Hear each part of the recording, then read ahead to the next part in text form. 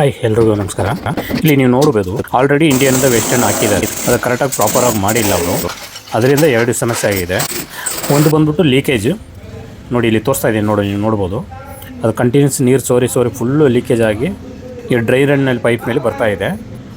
ಎರಡನೇ ಸಮಸ್ಯೆ ಬಂದ್ಬಿಟ್ಟು ಫ್ಲಶ್ ಮಾಡಿದ್ರು ನೀರು ಹೋಗ್ತಾ ಇಲ್ಲ. ಅದಕ್ಕೆ ಮೇನ್ ರೀಸನ್ ಈ ಪಿ ಡ್ರಾಪ್ ತೆಗೆದಿಲ್ಲ. ಕಂಪಲ್ಸರಿ ಈ ಇಂಡಿಯನ್ಗೆ ಪಿ ಡ್ರಾಪ್ ಹಾಕ್ತಾರೆ. ನಾವು ಇಂಡಿಯನ್ದ ವೆಸ್ಟರ್ನ್ ಮಾಡುವಾಗ ಕಂಪಲ್ಸರಿ ಆ ಪಿ ಡ್ರಾಪ್ ತೆಗೆದು ಫುಲ್ಲು ಪೈಪ್ ಲೈನ್ ಚೇಂಜ್ ಮಾಡಬೇಕಾಗುತ್ತೆ.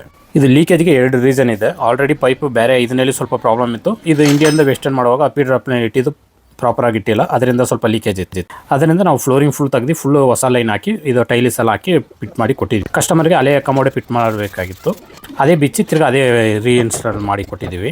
ನಿಮ್ಗೆ ಈ ಥರ ಏನಾದ್ರು ಪ್ರಾಬ್ಲಮ್ ಇದ್ದರೆ ಕಾಲ್ ಮಾಡ್ಬೋದು. ನಾವು ಇರೋ area CV. Ramanagar near old airport. ಇಲ್ಲಿಂದ ಒಂದು 10 to 15 ಕಿಲೋಮೀಟರ್ ಸರ್ವಿಸ್ ಕೊಡ್ತಾ ಇದ್ದೀವಿ. ಫುಲ್ ವೀಡಿಯೋ ನಮ್ಮ ಚಾನಲ್ ಹಾಕಿದ್ವಿ, ಅಲ್ಲಿ ಹೋಗಿ ನೀವು ನೋಡ್ಬೋದು.